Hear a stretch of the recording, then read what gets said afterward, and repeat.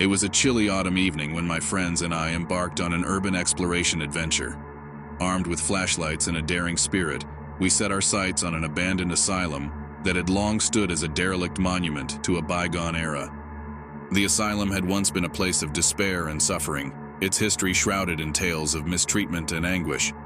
It had been abandoned for decades, left to decay in the shadows of the past. But that night, curiosity and adrenaline fueled our determination to explore its ominous corridors. We entered the asylum, the creaking door serving as our welcome. The air was thick with the musty scent of decay, and our footsteps echoed eerily through the desolate halls. Graffiti adorned the walls, the only remnants of those who had dared to venture here before us. As we ventured deeper into the asylum, our flashlights illuminated the forgotten remnants of a once functioning institution. We discovered old patient records, decrepit medical equipment, and tattered straitjackets, all relics of the institution's grim history.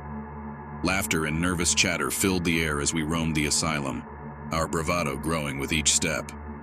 We exchanged ghost stories, knowing the legends of the asylum's haunting all too well. But we were skeptics, confident that our journey would yield nothing more than a few spine-tingling thrills.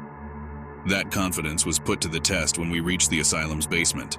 The atmosphere grew heavier, and the temperature plummeted. Our flashlights flickered, casting eerie shadows on the cracked walls. Unease washed over us, and we felt an unspoken sense that we were not alone. Suddenly, a chilling gust of wind swept through the corridor, extinguishing our flashlights in an instant. Panic set in as darkness enveloped us, and we fumbled to relight our flashlights. It was then that we heard it, a faint, mournful whisper that seemed to echo from the depths of the asylum. Terrified, we huddled together, our trembling hands clutching our flashlights.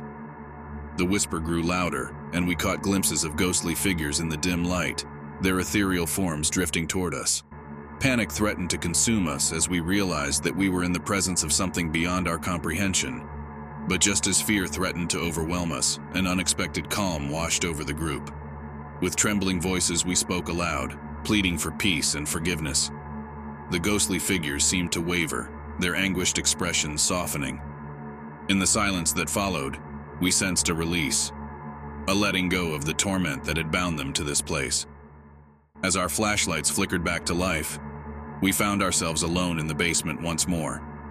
The presence that had haunted us had dissipated, leaving us shaken but unharmed. We quickly made our way out of the asylum, our hearts pounding as we stepped into the cool night air. The asylum had given us an experience we would never forget, a brush with the supernatural that had left us humbled and in awe. From that night on, we knew that some mysteries were best left unsolved, and some places were best left undisturbed. I had always been fascinated by tales of the supernatural, so when I moved to the quaint town at the base of the mist-covered mountains, I couldn't resist the allure of Ravenswood Manor. The grand old mansion had been a source of chilling stories and local legends for as long as anyone could remember. The whispers about the manor were incessant.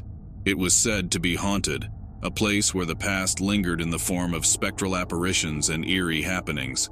It had stood for centuries, an enigmatic edifice with walls that seemed to hold the secrets of generations. One story in particular had captured my imagination. It was the tale of a tragic love affair between a young woman named Isabella and the dashing Nathaniel, who hailed from the family that owned the manor. Fate had intervened, snatching Isabella away in a heart-wrenching carriage accident, leaving Nathaniel devastated. The legend went on to claim that Isabella's restless spirit still wandered the manor's halls, her spectral cries haunting the night. Those brave enough to venture within reported sightings of a ghostly lady dressed in a flowing white gown, her face veiled by long, dark tresses. Isabella, they believed, was trapped in a never-ending loop of love and despair. As I settled into my new home in the town, I couldn't resist the urge to visit Ravenswood Manor. Its historic charm beckoned to me, and the ghostly tales only fueled my curiosity.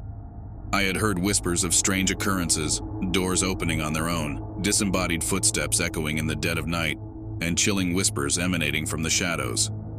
In 2021, I made the fateful decision to purchase the manor, convinced that the stories of hauntings were nothing more than superstitions and old wives' tales. Rational explanations, I believed, would uncover the truth behind the eerie occurrences. However, the moment I stepped into the manor, I sensed a palpable shift in the atmosphere. An invisible presence seemed to linger in every room, and the hair on the back of my neck stood on end. I quickly realized that the legends were not to be dismissed lightly. The strangest of occurrences happened at night. I would awaken to the sound of ethereal laughter echoing through the halls, and on one unforgettable night, I came face to face with the apparition of a woman in white at the foot of my bed. Isabella's ghost, there before me, her sorrowful gaze fixed upon me. Terrified yet inexplicably drawn to her, I watched in awe as Isabella's spectral form slowly dissipated into the night. I realized then that I was not alone in Ravenswood Manor. I had become a part of the enigmatic tale that had captivated the town for centuries. As the months passed, I delved into the manor's history, uncovering the tragic love story of Isabella and Nathaniel.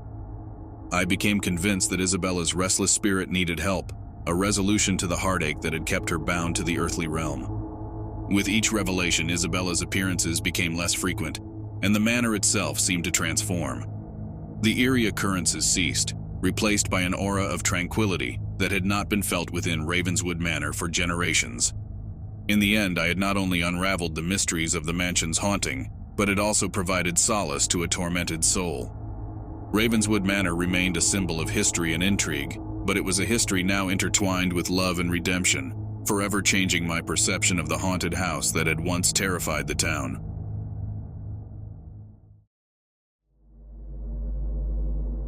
Every year, our small town held an annual camping trip deep in the heart of the Blackwood Forest, a tradition we cherished. But the last trip we took would become a tale of terror that still haunts our town to this day.